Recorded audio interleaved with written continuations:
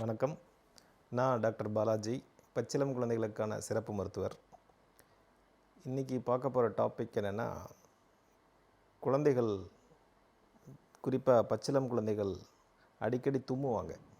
இந்த தும்மல் பற்றி தான் இப்போ நம்ம பேச போகிறோம். நார்மலாக தும்மல் ஏன் வருது அப்படின்னா, நார்மலாக நம்ம மூக்கோட பார்ட்ஸை பார்த்திங்கன்னா, முன்னாடி மூக்குக்குள்ளே முன்னாடி இந்த முடியெல்லாம் இருக்கும். அப்படியே மேலே போக போக பார்த்திங்கன்னா அந்த அந்த சதையிலலாம் பார்த்திங்கன்னா குட்டி குட்டி முடிகள்லாம் இருக்கும். மைன்யூட்டாக சின்ன மைக்ரோஸ்கோப்பிக்கில் பார்த்திங்கன்னா இருக்கும்.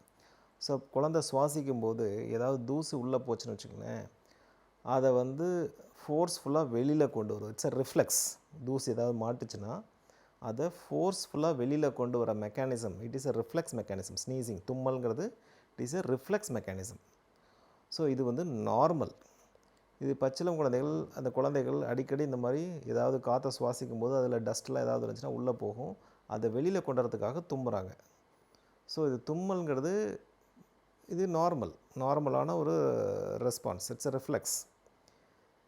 இதுக்காக நம்ம பயப்படணுமா, ஏதாவது மேஜர் ப்ராப்ளமா அப்படின்னா ஒன்றும் இல்லை. இது எப்போ பிரச்சனை அப்படின்னா, தும்மலோட சளி மஞ்சள் கலரில் கெட்டியாக வருது, குழந்தை பால் சரியாக குடிக்கல, வாந்தி பண்ணுறாங்க, தும்மலோட இருமலும் சேர்ந்து வருது, டல்லாக இருக்கிறாங்க, அப்படின்னா தான் அந்த தும்மல் ப்ராப்ளம். அதர்வைஸ் இது ப்ராப்ளம் அல்ல.